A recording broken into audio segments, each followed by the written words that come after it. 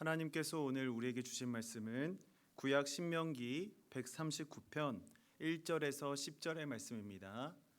구약 신명기 139편 1절에서 10절의 말씀을 이제 봉독합니다. 하나님의 말씀을 경청하십시오. 여호와여, 주께서 나를 살펴보셨으므로 나를 아시나이다.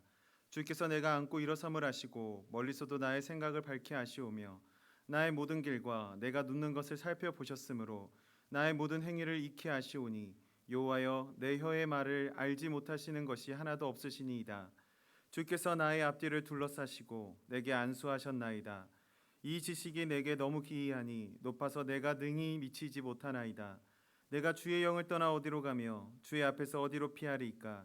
내가 하늘에 올라갈지라도 거기 계시며 수월에 내 자리를 펼지라도 거기 계시니이다. 내가 새벽 날개를 치며 바다 끝에 가서 거주할지라도 거기서도 주의 손이 나를 인도하시며 주의 오른손이 나를 붙드시리이다. 아멘. 잠시 기도하겠습니다. 사랑해 주님, 감사합니다. 오늘도 주의 말씀 앞에 서게 하여 주심을 감사드립니다. 바로 없기는 이 시간 이곳에 하나님의 음성과 하나님의 언어만 넘쳐나게 하여 주시고 사람의 모습과 사람의 마음과 사람의 생각이 있다면 주님 제하여 주시옵소서. 하나님께서 일하시되 오로지 신령한 주님의 영광과 주의 음성과 주의 감동이 이곳에 가득 넘쳐날 줄 믿사오며 살아계신 예수님의 이름으로 기도드렸습니다. 아멘. 함께 온라인으로 예배 드리고 계신 분이 있다면 이렇게 한번 인사해 보았으면 좋겠습니다. 하나님의 손에 붙들립시다. 하나님의 손에 붙들립시다. 이번에는 인사하면서 특별한 모습으로 인사를 해보고자 합니다. 보통 악수를 하시면서 인사를 할 텐데요. 코로나 상황이라서 좀 조심스럽긴 하지만 우리 가족분들과 함께 예배를 드리시는 분들은 악수를 하시면서 인사해 보시면 좋겠습니다. 하나님의 손에 붙들리는 삶을 삽시다. 하나님의 손에 붙들리는 삶을 삽시다. 이번에는 또 다른 악수 방법을 알려드릴 텐데요. 우리가 보통 악수를 하면 손을 이렇게 잡고 이렇게 흔드는 악수입니다. 근데 이번에 악수의 방법은 손목 악수라고 불리는 악수입니다. 손목과 손목을 잡아서 이렇게 만지고 그리고 흔들어주면서 악수를 하는 것이죠. 이렇게 악수를 하시면서 한 번 더 인사를 하겠습니다. 하나님의 손에 붙들리며 삽시다. 인사해 보겠습니다. 하나님의 손에 붙들리며 삽시다. 그렇습니다, 여러분. 일반적으로 손을 잡으며 악수하는 것, 그리고 손목을 잡고 악수하는 것, 차이점이 느껴지셨습니까? 이렇게 그냥 손을 잡고 인사하는 것과 손목을 잡고 인사하는 것, 가장 큰 차이점이 뭘까요? 그것은 아마 강력한 결속력이 느껴지는 것일 겁니다. 우리가 손을 그냥 잡으면 땡기면 쉽게 풀어지기 마련이죠. 그런데 손목을 잡고 땡기면 사실상 그냥 손을 이렇게 잡아 있는 것보다 더 단단하게 결속해 있는 것을 우리는 알 수 있습니다.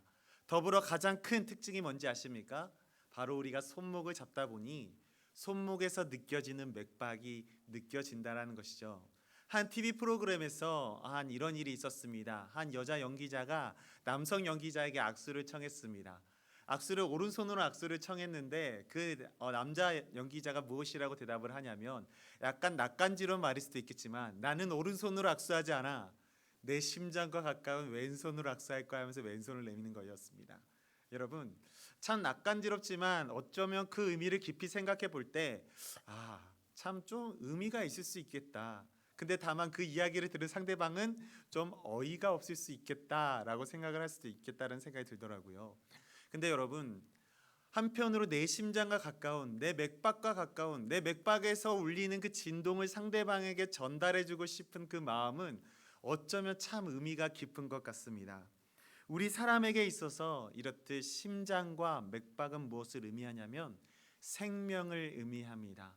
심장이 빨리 뛰고 그로 인해서 맥박도 빨리 뛰고 맥박이 멈췄다가 뛰었다가 멈췄다가 뛰었다를 반복한다는 건 그 사람의 상태와 몸의 컨디션을 잘 반영해주고 있는 사실이라고 우린 볼 수가 있습니다. 맥박이 멈추면 무엇입니까? 사람의 어떤 삶이 그 생명이 끝났다라는 것을 의미를 합니다. 근데 맥박이 힘차게 뛰고 있다는 것은 무엇입니까? 그만큼 심장이 열심히 뛰고 있다는 것, 건강하다는 것을 의미하죠. 맥박이 약하면 무엇입니까? 뭔가 질환이 있거나 아프거나 이런 상황을 잘 보여주고 있다는 것을 우리는 알 수가 있습니다. 여러분, 이처럼 우리에게 있어서 이 맥박이라는 것은 참 생명을 의미하기도 하지만 이 맥박을 통해서 우리가 알 수 있는 것, 혹은 누군가가 내 맥박을 만져봄으로 인해서 나의 상태를 알 수 있는 아주 귀중한 신호가 될 수 있다는 것입니다. 제가 여러분들에게 손목 악수를 먼저 시작하면서 알려드린 것도 사실 이 부분에 약간 의미를 부여하고 싶었기 때문입니다. 단지 상대방의 손을 잡는 것에서 그 상대방의 온기와 여러 가지를 느낄 수 있겠지만 그보다도 먼저, 그보다도 더 많이 우리가 손목을 잡아봤을 때 그 사람의 맥박을 느껴봄을 통해서 이 사람이 어떤 상황이구나 라는 것을 유추해 볼 수 있는 그런 기회가 될 수 있다는 것이죠. 여러분, 허준이라는 드라마를 보신 적 있으십니까? 구암 허준이라는 드라마도 있었고 그 전에 1999년도부터 2000년도까지 전광렬 배우님께서 이제 주연을 하신 허준이라는 드라마가 있었습니다. 이 드라마를 보던 당시에 저는 중학생이었는데요. 그때 저는 이 허준이라는 드라마를 너무나 볼 때마다 신기하게 느껴지는 부분이 있었습니다. 그것은 무엇이었냐면 의원들이 이제 병자들의 손목에 딱 대고 맥을 짚고 나서 수십 초 안에 그 사람이 어떤 병인지를 맞춰내는 것입니다. 허준의 스승님이신 유이태가 그 아들 유도지를 데리고 다니면서 맥을 짚게 합니다. 그리고 그 맥을 짚어보면서 묻습니다. 네가 보기엔 어떠하냐? 라고 짚어봅니다. 그러면 유도지는 그에 대해서 대답을 하죠. 나중에 허준도 그런 형식으로 수련을 하게 됩니다. 근데 신기한 것은 TV 드라마여서 그런지 모르겠지만 맥을 짚어보고 나서 바로 이 사람은 무슨 질병을 앓고 있습니다 라는 것은 그 질병의 원인을 찾아낸다라는 것이죠.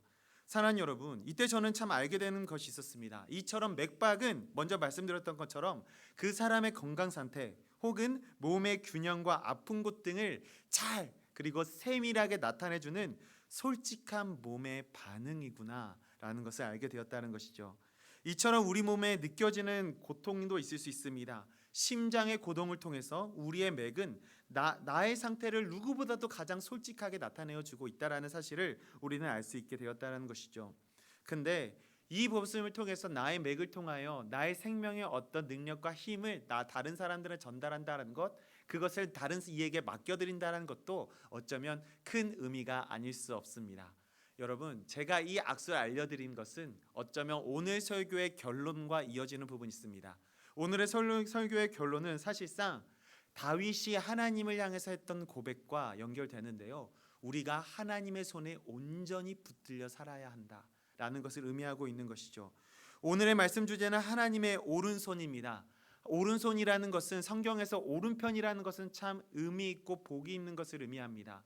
권능이 있고 능력이 있는 것을 의미하죠. 그래서 믿음의 손조들이 자녀들을 축복하거나 아니면 어떤 권능의 능력을 행할 때 오른손, 오른편에 있는 것들이 사용되는 것을 우리는 많이 발견할 수가 있는 것입니다. 하나님의 오른손으로 붙들렸을 때 우리의 삶이 어떻게 확장되고 변화될 수 있는지 그에 대해서 오늘 말씀을 통하여 함께 묵상해 보기를 소원하는 것입니다. 오늘의 본문 말씀 시편 139편 10절에서 이렇게 이야기를 하고 있습니다. 거기서도 주의 손이 나를 인도하시며 주의 오른손이 나를 붙드시리이다. 성경에서는 주의 왼손, 왼편에 붙들린다라는 표현을 우리가 찾아볼 수 없습니다.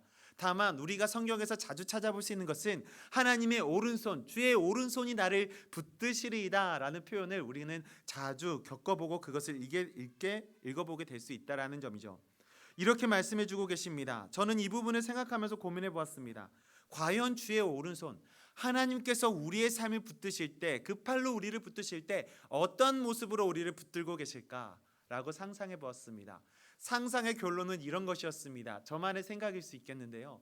하나님께서 우리를 붙드실 때 완전히 멱살을 캐리하듯이 멱살 잡고 끌고 가실 수도 있겠지만 무엇보다도 결속력 있게 나를 강하게 붙잡으시고자 하시는 그 하나님의 마음에 하나님께서는 우리를 이렇게 붙들고 계시지는 않을까라고 생각을 해본 것이었습니다.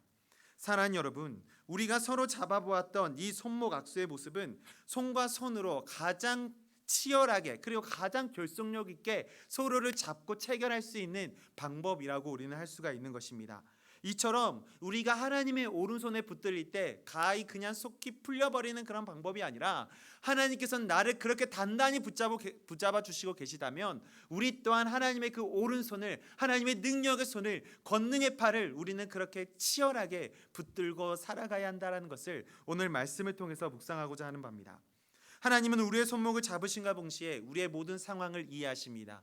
아니요, 하나님께서는 우리의 삶을 우리와 어떤 교제와 어떤 말씀을 통해서 그 전부터, 태초 전부터 우리의 상태를 너무나도 잘 아시고 함께 하시는 능력이 하나님에게는 있다라는 것이죠. 하나님이 이 세상에 저보다 나를 더 잘 아시고 하나님께서는 여러분들을 여러분보다 더 잘 알고 계신다라는 사실을 우리는 잘 알고 있을 것입니다. 여기서 139편에서 이야기하고자 하는 것은 다윗은 누구보다도 나 자신을 잘 아시는 하나님을 찬양하고 있다라는 것입니다. 시편 139편은 나의 생명을 해하려는 원수들로부터 혹은 나를 고발한 사람들로부터 나를 더 잘 아시는 하나님을 통하여, 나의 결백함을 분명히 아시는 하나님을 통하여 나의 편을 들어주시옵소서, 나와 함께하여 주시옵소서, 나를 더 잘 아시고 나를 더 이끌어 가시고자 하시는 방향을 주께서 잘 아시오니 나와 함께하여 주시옵소서라는 그런 간절한 기도가 실려있는 본문의 말씀이라고 할 수 있는 것입니다. 오늘의 본문 말씀 1절에서 4절까지의 말씀을 빠르게 읽어드리겠습니다. 여호와여, 주께서 나를 살펴보셨으므로 나를 아시나이다. 주께서 내가 앉고 일어섬을 아시고 멀리서도 나의 생각을 밝게 아시오며 나의 모든 길과 내가 눕는 것을 살펴보셨으므로 나의 모든 행위를 익히 아시오니 여호와여, 내 혀의 말을 알지 못하시는 것이 하나도 없으시니이다. 여러분, 이 말씀을 읽으시면서 어떤 생각이 드셨습니까? 하나님께서는 나에 대해서 모르시는 것이 아무것도 없다라는 것이죠. 나의 세밀한 부분까지 알고 계시는 분이 바로 우리 하나님이시라는 겁니다. 내가 앉고 일어서는 것, 내가 생각하는 것, 내가 걷고 있는 모든 길, 그리고 내가 눕는 것, 그 모든 것을 포함한 나의 삶의 모든 행위들조차도 하나님께서는 모두 다 이미 알고 계시고 이해하고 계신다라는 것이죠. 내가 말하고 있는 나의 혀끝에서 나오는 모든 말조차도 하나님께서는 이미 아시고 이미 통찰하고 계신다라는 사실입니다. 이러한 하나님의 능력을 다윗은 인정하고 있었다라는 것이죠. 하나님은 우리를 이미 살펴보아 우리를 알고 계시는 하나님이셨습니다. 그래서 그는 그냥 우리를 아는 것이 아니라 더욱더 치밀하게 우리가 어떤 방향으로 살아가야 할지, 어떤 방향으로 살아가야 하나님의 뜻대로 하나님의 백성처럼 살 수 있을지에 대해서 하나님은 명확히 우리에게 말씀해 주시고자 하는 바입니다. 사랑하는 여러분, 먼저 말씀드렸던 허준이라는 드라마에서는 또 한 가지 재미있는 에피소드 한 가지가 있었습니다. 그가 나라의 이제 과거 의과를 치러서 이제 들어갔을 때 해민서라는 나라에서 운영하는 병원이죠. 그곳에서 이제 직무를 이행하고 있었습니다. 그때 한 병자가 찾아오죠. 구안화사라는 병을 지니고 있는 사람이었습니다.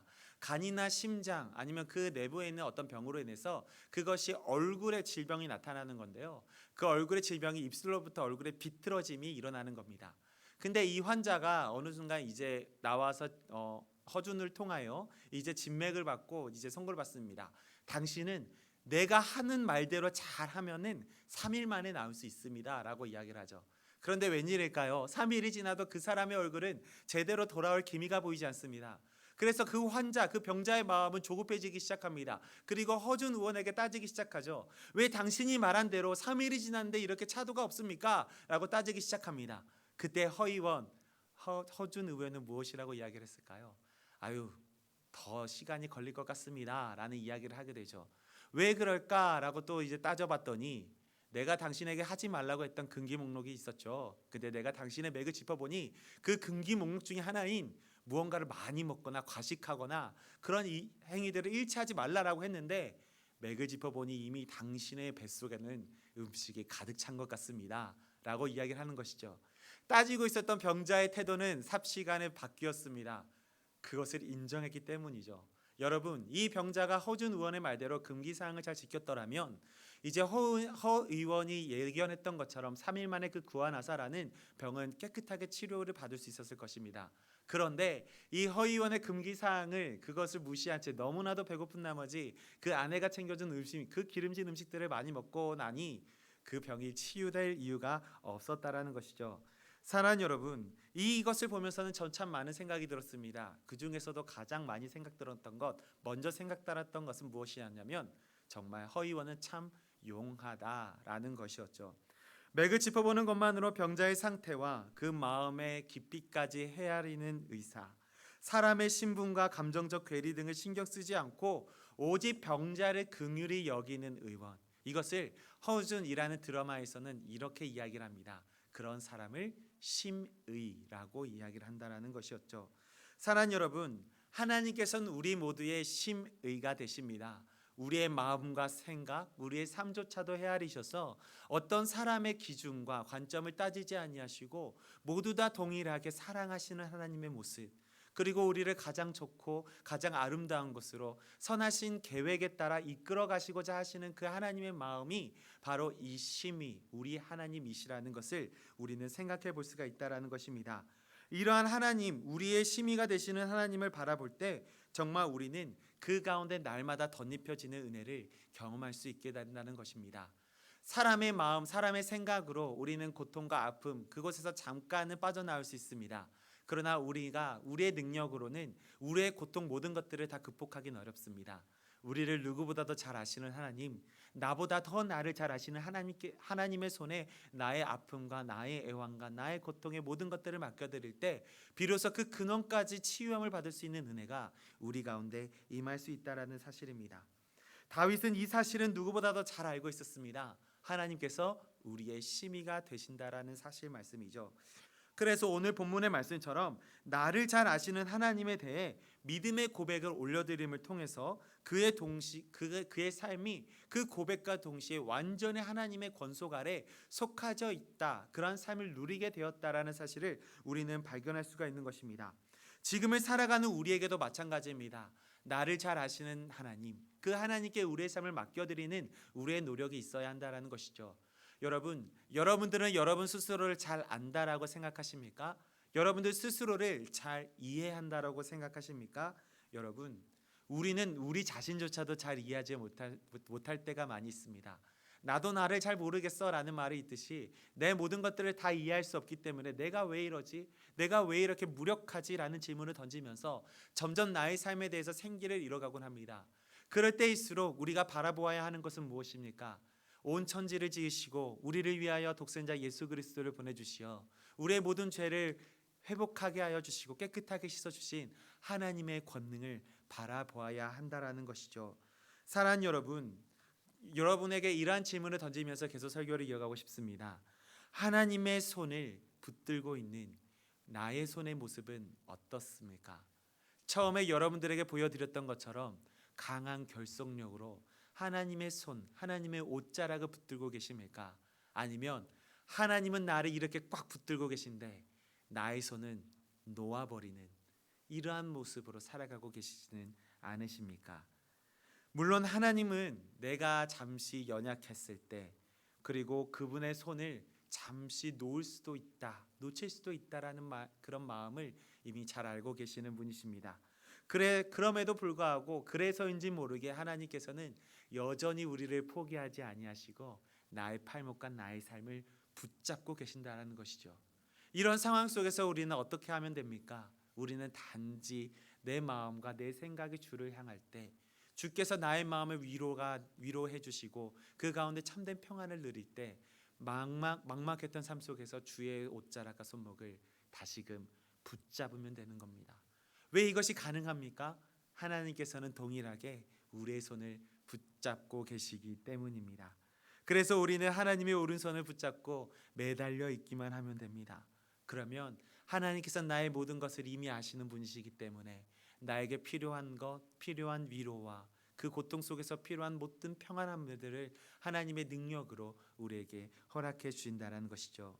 다윗은 그렇게 하나님의 손을 잡은 채 매달려서 사는 삶을 살았습니다. 그것은 자신을 붙드신 그 하나님의 오른손이 자신에게 안수하시면서 철저하고도 완벽하게 자신을 도우실 것이라는 사실을 믿는 믿음이 그에게 있었다라는 사실입니다. 오늘 본문 말씀 5절과 6절의 말씀을 읽어드립니다. 주께서 나의 앞뒤를 둘러싸시고 내게 안수하셨나이다. 이 지식이 내게 너무 기이하니 높아서 내가 능히 미치지 못하나이다.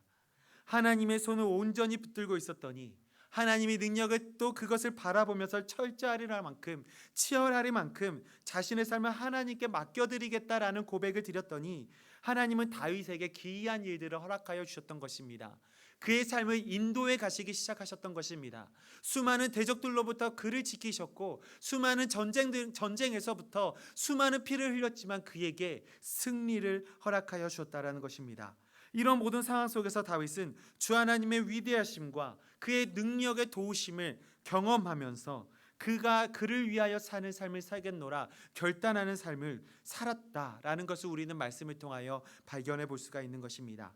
다윗은 하나님의 돌보심에 감격하여 그의 손길 밖에서는 내가 도저히 살아갈 수 없겠다라는 믿음의 고백을 하게 된 것입니다. 오늘의 본문 말씀 7절에서 10절의 말씀을 다시 한번 빠르게 읽어드리겠습니다. 내가 주의 영을 떠나 어디로 가며 주의 앞에서 어디로 피하리이까? 내가 하늘에 올라갈지라도 거기 계시며 수월에 내 자리를 펼지라도 거기 계시니이다. 내가 새벽 날개를 치며 바다 끝에 가서 거주할지라도 거기서도 주의 손이 나를 인도하시며 주의 오른손이 나를 붙드시리이다. 아멘. 주를 떠나서 살 수 없는 그러한 삶, 주를 떠나서는 내가 이 삶조차를 이겨낼 수 없겠다, 그런 능력이 내게 없겠다라고 고백하는 이런 다윗의 고백, 이런 고백이 우리의 삶 가운데 함께 있어야 될 줄 믿습니다. 그러한 믿음이 우리 가운데 있었으면 좋겠습니다. 하나님을 붙들고 하나님의 그늘 아래 그 오른손에 붙들려서 주께서 주시는 은혜로운 삶, 하나님의 마음이 우리 가운데 전해지고 그 마음이 전해진 바를 우리가 전하면서 하나님 나라의 구현을 위하여 함께 쓰임받을 수 있는 그런 종의 삶을 우리가 함께 살아갈 수가 있었으면 좋겠습니다. 그런데 여러분 이거 아십니까? 하나님께서는 간혹 주께서 붙들으신 우리의 팔목을 잠시 놓아주실 때도 있다라는 것입니다. 그때는 크게 두 가지로 나뉘어집니다.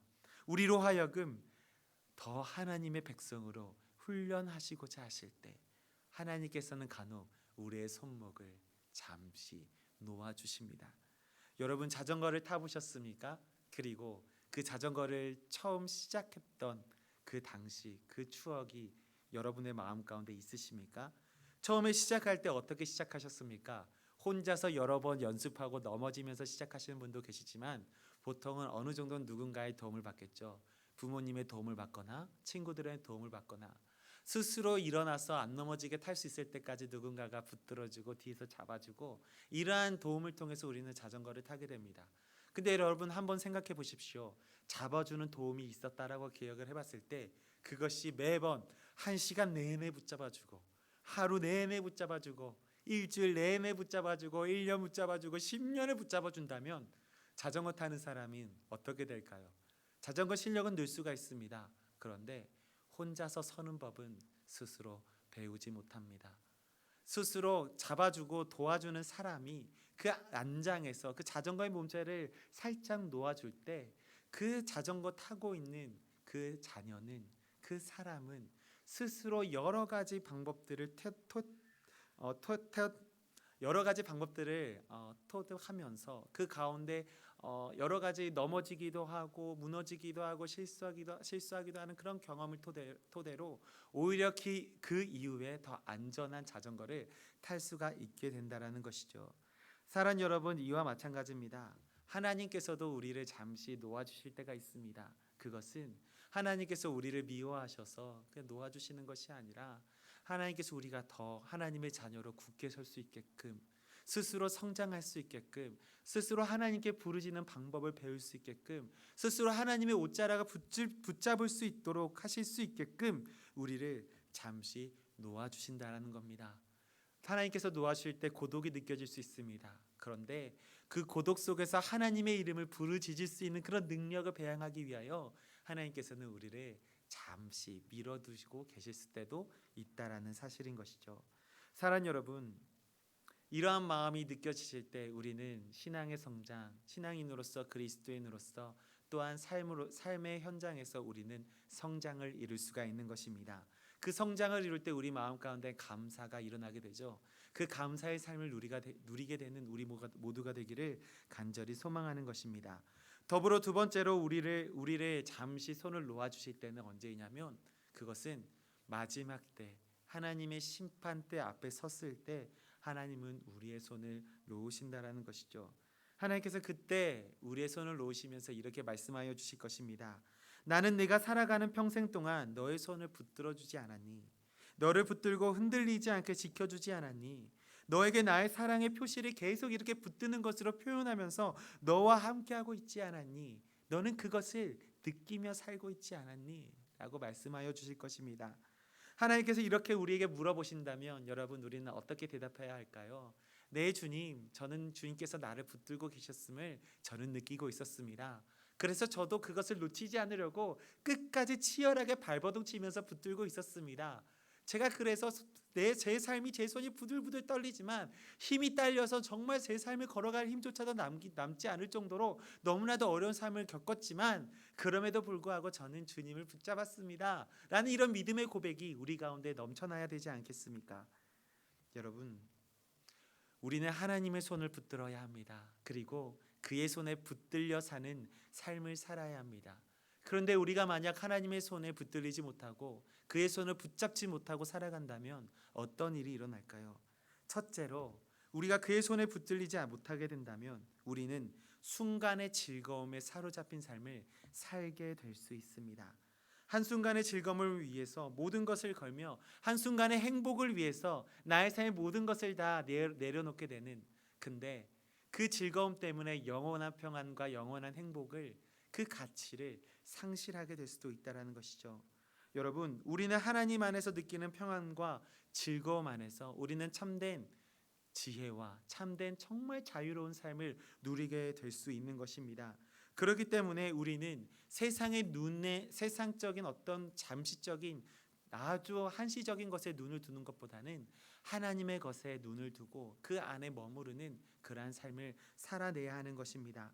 하나님의 영광과 그의 부르심에 합당한 그런 결실을 맺을 수 있는 방법은 한순간 한순간의 삶을 감사히 여기면서 주께서 주시는 그 은혜에 감격하며 영원한 하나님의 나라에서 영원히 누릴 평안과 기쁨과 안식과 위로를 바라보는 삶을 우리는 바라보며 사는 삶을 살아야 된다는 것입니다. 하나님의 손을 놓은 채 살아간다라면 그 두 번째로는 이런 일이 있을 것입니다.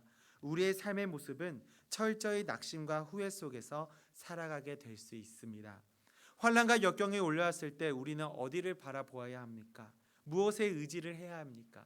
우리는 어떤 어려움이 닥칠 때마다 우리는 헷갈립니다. 어렵습니다. 어떻게 결정해야 할지, 무엇을 바라봐야 할지 잘 모릅니다. 여러분, 하지만 하나님의 손에 붙들린 사람은 어떻게 나아가야 하겠습니까? 어떤 고백을 하나님께 올려드려야 하겠습니까? 이런 말씀 속에서 너무 정말 힘들고 어려운 상황 속에 있는 다윗도 하나님의 이 오늘 말씀을 통하여 이렇게 고백하고 있는 것을 볼 수가 있습니다. 본문은 8절의 말씀입니다. 내가 하늘에 올라갈지라도 거기 계시며 스올에 내 자리를 펼지라도 거기 계시나이다. 내가 느끼는 가장 고통 속에, 가장 아프고 찢기는 고통 속에 있는 상황, 내가 스올에 내 자리를 펼지라도, 그곳에서 내가 머물러 있을지라도 주께서는 거기 계신 줄 믿습니다 라고 다윗은 고백하고 있는 것입니다. 여러분, 우리가 하나님을 떠나지 말아야 할 이유, 하나님을 붙잡아야 하는 이유가 여기에 있는 것입니다. 하나님께서는 우리가 어디에 있든지 간에, 우리의 모습이 어떻게 망가져 있고 어떻게 짓눌려 있든지 간에 그곳에서 하나님의 부재가 있는 것이 아니라 그곳에 이미 하나님을 임재하여 계시고 우리와 함께 동행하여 주고 계신다는 사실을 우리는 이해하고 있어야 된다는 것이죠. 여러분, 셋째로 우리가 하나님의 손을 떠나 산다면 어떤 일이 일어나겠습니까? 우리의 삶의 끝에는 공허함만이 남을 수 있다는 것이죠. 여러분, JYP 박진영이라는 가수를 잘 아십니까? 여러분, 이 가수가 어느 한 프로그램에 나와서 이런 이야기를 한 적이 있었습니다. 그 박진영이라는 가수는 JYP라는 어떤 대형 엔터테인먼트 회사를 또한 설립하고 운영을 하면서 가장 성공을 이룬 어떤 그런 사람 중에 한 명이라고 이야기를 할 수가 있을 것입니다. 근데 그 사람이 한 프로그램에서 인터뷰를 하면서 이렇게 이야기를 하는 것입니다. 자신은 힘들긴 했지만 자신의 노력 하나만으로 최선을 다하는 삶을 살았고 젊었을 때 할 수 있는 유의적인 것, 재미있는 것, 즐거웠던 것을 다 해보면서 자신은 최강의 자리, 그러니까 가장 최정상의 자리에 섰다라고 이야기를 했었던 것이죠. 그래서 자기 스스로는 인생을 즐길 줄 알았고 어느 순간 노력의 결실로 가수로서 최고의 무대를 서게 되었고 또 어느 시간이 흘러나 자신이 연예계의 어떤 누가 바라보아도 최고의 위치로 자리 잡게 되었다라는 것을 이야기하면서 그가 이렇게 이야기하는 것입니다. 그런데 남는 게 무엇인지 아십니까? 허무한 뿐이었습니다 라고 이야기를 했다는 것이죠. 여러분, 인생에서 가장 물질적으로 명예적으로 가장 성공한 사람이 박진영이라는 사람이었습니다. 그 당시에 그는 크리스천이 아니었습니다. 근데 그 사람이 자신이 최고의 어떤 자리에 있었을 때도 자신의 마음에 느껴지는 것은 허무한 뿐이었다라는 것이죠. 오히려 그 허무함을 겪고 났더니 내 최정상에 있는 자리가 내 인생의 가장 아름답고 가장 절정이 아니라 더 위에 무언가가 있지 않을까, 더 내 삶을 이끌어 주시고자 하고 내 삶을 뭔가 만져주시고자 하고 내 삶의 방향으로 뭔가 끌어가고자 하는 무언가가 있는 것 같다라는 느낌을 받게 되었다라는 것이죠. 그가 공허함, 허무함이라는 마음이 들었을 때 말입니다. 더 위로 갈 곳이 없습니다. 가장 정상의 자리에 섰을 때 그가 느낀 것은 나는 신을 믿지 않았지만 보이지 않는 그 무엇이 나를 철저하게 누르고 초월적인 그 무엇인가의 존재가 나 자신을 얼마나 작은 존재인지를 느끼게 해주었다라는 말을 그의 입술을 통해서 하는 것을 저는 보았다라는 것이죠. 사랑하는 여러분, 하나님께서는 우리의 삶을 인도해 가시고 만들어 가시고 빚어 가시는 분이십니다. 우리의 눈에 보이지 않을 때가 많지만 그러나 우리 가운데서 우리의 삶 속에서 여전히 역사하시고 함께 하시는 하나님의 은혜는 우리는 삶의 곳곳에서 세밀한 곳에서 우리는 느껴볼 수가 있습니다. 여러분, 그의 오른손으로 붙드신 나의 한 팔을 바라보십시오. 근데 여러분, 주께서 나의 한 팔만은 붙잡으신 때도 있지만 나의 한 팔만 붙잡으시고 한 손은 놓아주실 때가 있습니다. 그 놓아주신 팔을 우리는 어떻게 사용해야 할까요? 주께서 받아주시고 내게 전달해 주신 그 따뜻한 온기와 은혜의 소식, 복음의 소식을 다른 한 팔로 전할 수가 있는 그런 삶이 되어야 한다는 것입니다. 여러분, 이것이 우리의 사명인 줄 믿습니다. 우리가 살아가는 동안 하나님의 오른손에 붙들려서 살아간다는 것은 과연 우리가 하나님의 손을 치열하게 붙잡고 그것에 매달려서 살아가는 것에 의미가 있기도 하지만 우리가 어느 곳에 있든지 나와 함께 하시는 하나님, 정말 나를 인도하시며 나를 붙드시는 하나님의 손에 이끌려서 내가 살아가면서 그 주께서 전달받은 그 은혜를 나만 누리고 있는 것이 아니라 가차 고통스러워하고 힘들어하는 이들에게도 하나님의 온기를 전할 수 있는 우리 성도된 삶을 누리기를 주께서는 바라고 계시는 것입니다. 하나님의 능력이 있다는 분이시라는 것을 오늘 다윗은 고백하였습니다. 그리고 그것을 인정하였습니다. 수월 중에라도 함께 하시는 하나님을 찬양했습니다. 이러한 믿음의 고백이 우리 가운데서도 넘쳐나기를 바라는 것입니다. 오늘의 본문 말씀 10절의 말씀을 읽어드리면서 오늘 설교를 마치고자 합니다. 이 말씀을 읽으시면서 여러분들의 고백이 되시길 바랍니다. 우리의 마음과 생각 가운데 이 말씀을 통하여 살아갈 수가 있었으면 좋겠습니다. 거기서도 주의 손이 나를 인도하시며 주의 오른손이 나를 붙드시리이다. 하나님의 오른손에 붙들려 날마다 승리하시는 저와 여러분 되시기를 간절히 소망합니다. 기도하시겠습니다. 살아계 주님 감사합니다. 하나님의 은혜로 오늘을 살아가게 하시고 주의 오른손에 붙들린 주의 성도된 주의 자녀된 삶을 누리게 하여 주시니 진심으로 감사를 드립니다. 하나님의 자녀로서 주의 군사로서 아버지 하나님 백성으로서 살아가는 동안 나마다 능력 있으시고 권세 있으신 나를 위해 함께 일하고 계시고 동행하여 주신 하나님만을 바라보는 삶을 누릴 수 있도록 주님 인도하여 주시옵소서. 주를 바라보며 우리의 삶을 포기하지 않게 하여 주시고 날마다 치열하게 주를 옷자락 붙들고 날마다 주를 위하여 주의 나라의 구현을 위하여 힘써 일할 수 있는 주의 자녀들이 될 수 있도록 주님 인도하여 주옵소서. 주님께 모든 영광 올려드리며 살아계신 예수님의 이름으로 기도드렸습니다. 아멘.